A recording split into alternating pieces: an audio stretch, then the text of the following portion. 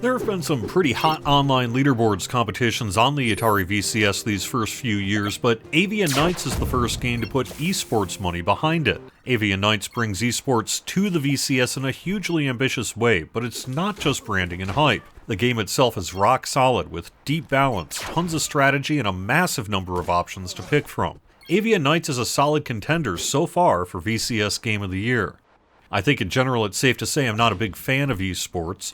My own experience playing League of Legends taught me how poor at it I am, and I once worked for a company that tried and largely failed to get into the mobile gaming space. I wasn't very involved in that project, but it taught me a lot about how difficult it is to succeed in that space.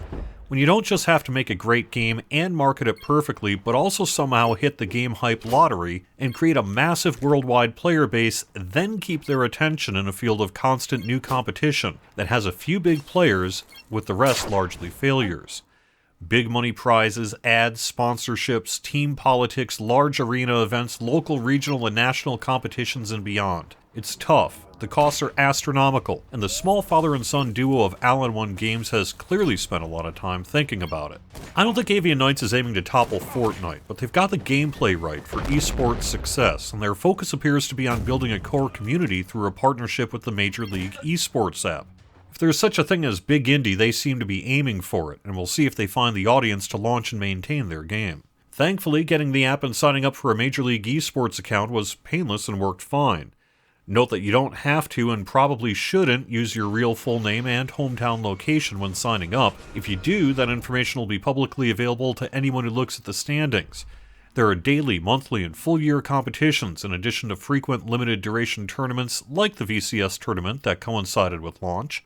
Getting in the top spots of the league standings could get you an invite to a finals allegedly taking place later this year at All-in-One's real-world arcade called Flynn's in Utah. First place is $10,000, second gets $5,000, and third $1,000. All of the esports tie-ins to Avian Knights simply wouldn't matter if the game itself wasn't as good as it is. Avian Knights offers well-balanced gameplay, a lot deeper than you ever had with Joust, where you find yourself upgrading weapons and birds, using power attacks, and having to swap between different weapon types to counter enemies and strategies. The arcade mode pits you against 256 levels and can be played locally with 1 or 2 people. Arena mode's an up to 8-player local competition that turns the game into a battle with friends and optional AI enemies. Arena mode also has numerous game types, from capture the flag to deathmatch to a jailbreak version seen here, where you're imprisoned when defeated and can be rescued by teammates. The biggest negative I've found with Avian Knights has to do with controls. You need a modern, no classic supported, which makes sense due to the large number of actions needed, but the way the game is currently set up basically requires a third hand. You steer with the left stick, and if you have a weapon that needs aiming, and many do, the aim will point in the direction of your movement. However, it seems clear you're meant to be able to fly with the left stick and aim with the right, so you can shoot in a different direction you're flying in. But that really isn't possible due to the need to maintain a flapping button with A.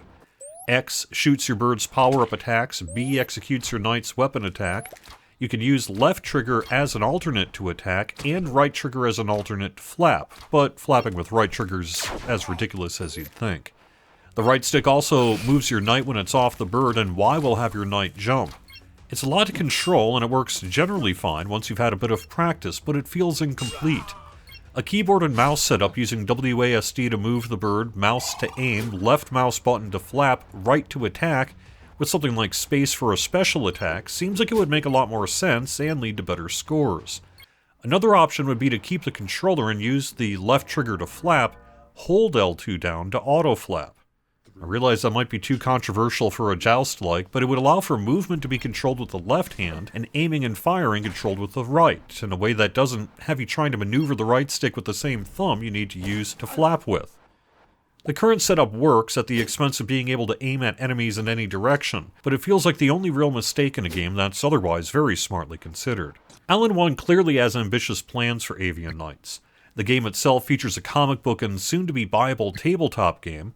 The pair are already providing a roadmap for future games. They're ramping up a swag store, and there's even an up to $10,000 arcade cabinet version of Avian Knights available.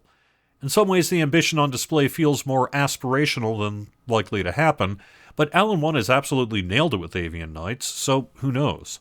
The passion of Alan 1 feels authentic rather than, say, corporate. Unlike some esports games where it feels like the point of it is branding and ads, Avian Knights feels like it has a proper focus on making a good game, then smartly linking it to the esports world in order to build community and a reason to compete. Do I think I'll be sitting in a massive sports arena in Europe with announcers talking about my historic sponsorship achievements? No, but it seems totally possible I'll end up in a fun arcade in Utah, maybe hanging out with other VCS friends. This could be the most esports the VCS ever gets, and even someone like myself who tends to roll my eyes at the concept of esports is having a ton of fun.